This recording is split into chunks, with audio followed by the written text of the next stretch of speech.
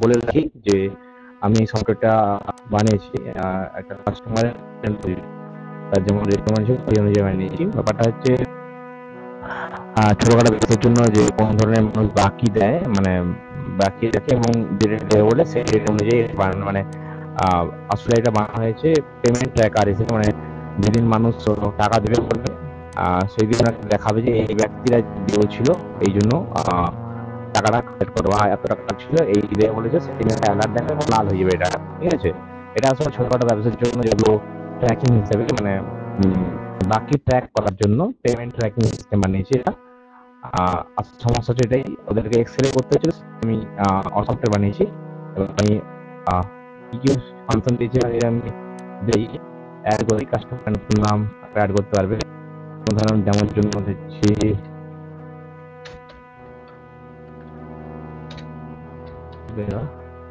Phone number, যে কোনো দিলাম ফোন নাম্বার,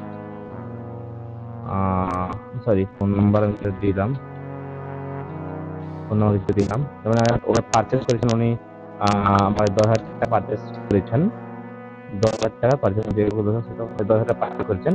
এবার আমি ওখানে দিয়েছেন ধরনের 4,000 টাকা, আর বললেন যে বাকি টাকাটা আমি দেবো, এই ডেটে দেবো, আমি টাকাটা দেবো 27 তারিখ দেবো। ঠিক আছে, এদের কিছু নোট থাকে এবার যে আমি কিছু লেখা গেছে দিয়ে সেভ করলেন, এটা সেভ হয়েছে আমার এখানে চলে আসে চলে যাচ্ছে।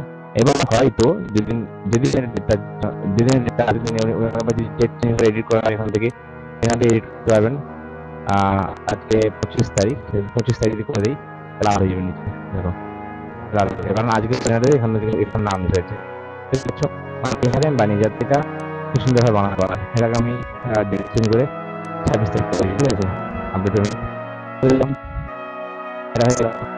উনি হয়তো বললেন যে আমি পুরোটা পরে বললেন যে না আমি তোমার বাকি ছিল না 2,000 টাকা ব্যবসা এটা, এটাতে আমি 2,000 টাকা এটাই করছো, এটাতে আমি বলছি যে দরকার আছে 4,000 দিলাম আর 6টা লাগবে, উনি বলছি না আমি আর 5,000 টাকা দিচ্ছি, 6টা বাজে 5,000 টাকা দিলেন। সেভ করুন, রেকর্ড পেমেন্ট দেখাচ্ছে না, রিফ্রেশ করতে রেখে দিলাম, রয়েছে পেমেন্টটা হয়ে গেল, কমপ্লিট 1,000 টাকা ওনার হয়ে গেল, কার্ড দিয়ে এসে গেছে না, পেমেন্ট কমপ্লিট।